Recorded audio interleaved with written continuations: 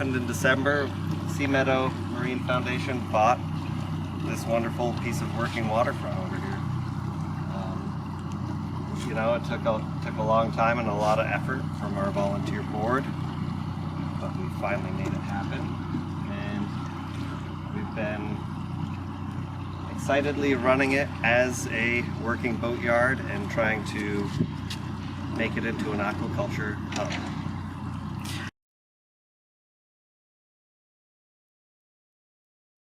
My 16-year-old son.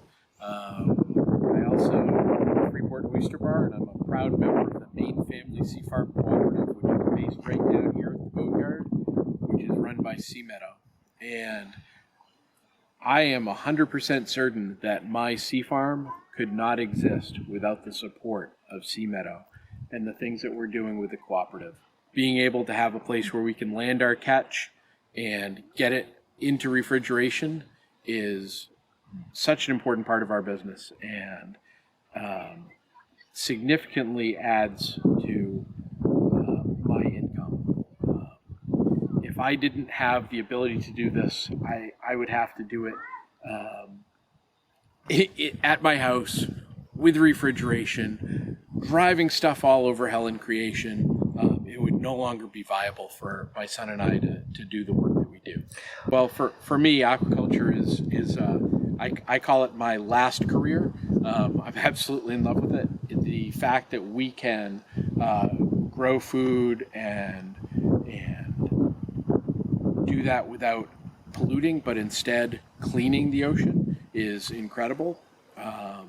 But being able to get out onto the water and being able to land our catch at the end of the day, we can't do our work without that, and without a place like this here at the boatyard. The working waterfront is critical to people like us who have oyster farms on the Maine coast. Just being able to get a boat out through the river and have a yard where we have fresh water and power and, you know, friendly people. Obviously, we love Chad. We love the Meadow Foundation because, you know, they understand working people. They understand that people in Maine need a place to land their boat and their oysters. And we go right straight out through the cousins here and go to our oyster farm. It takes us about 20 minutes to get there.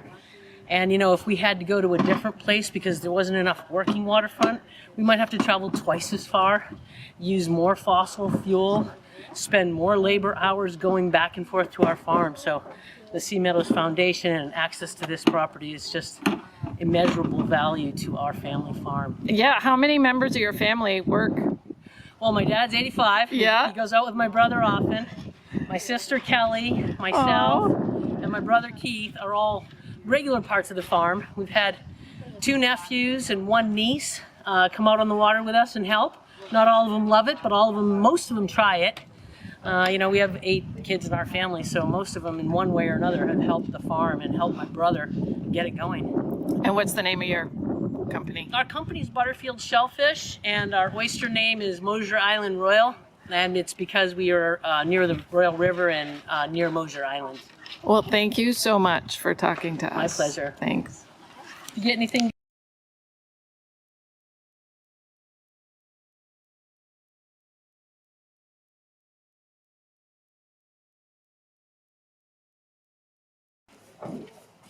What's the most amazing thing you've seen out there?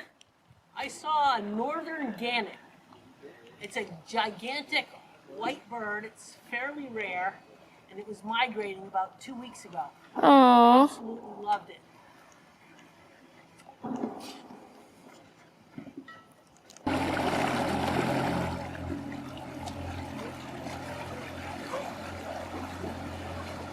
So one of our tenants is an oyster farming and kelp farming cooperative. And you'll see they have a refrigerated container over there that they all share usage of for storing their oysters when they harvest them. But that's part of what we're exploring is how can there be a model for shared infrastructure, maybe shared electric boats, maybe shared barges for harvest, maybe shared on-land processing facilities, kelp drying, for example.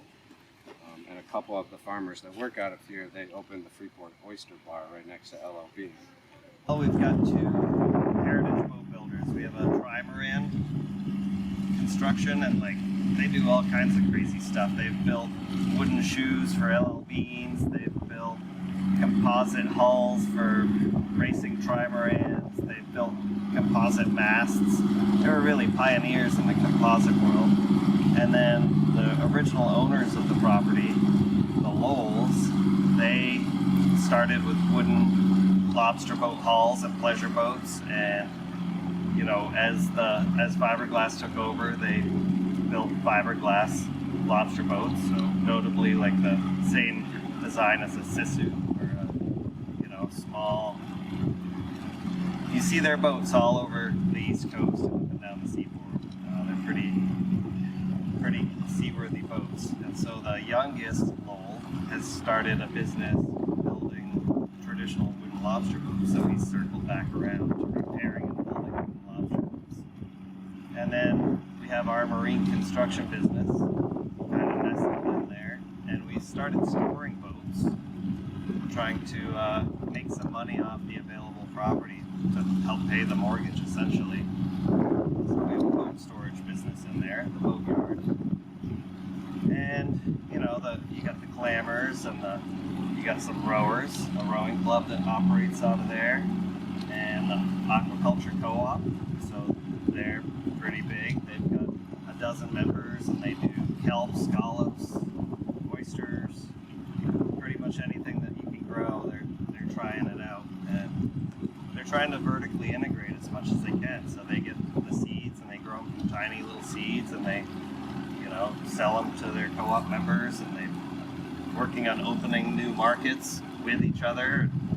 It's great to see everybody working together. And then we have some independent aquaculture growers there too. So Maine Ocean Farms, and you know, Love Point stores some gear there. We have an individual lady who has her boat and works out of here. So pretty good mix. Started in the mid-50s. My family built the largest fiberglass boat on the eastern seaboard. It was 55 feet. And when you go from building 1,000 wood boats, when you're smelling that cedar and the nice boat paints and the oils that go into it, they have such a nice homey smell. It's hard to describe. Through right now, these guys have gone through and they've refastened the boat.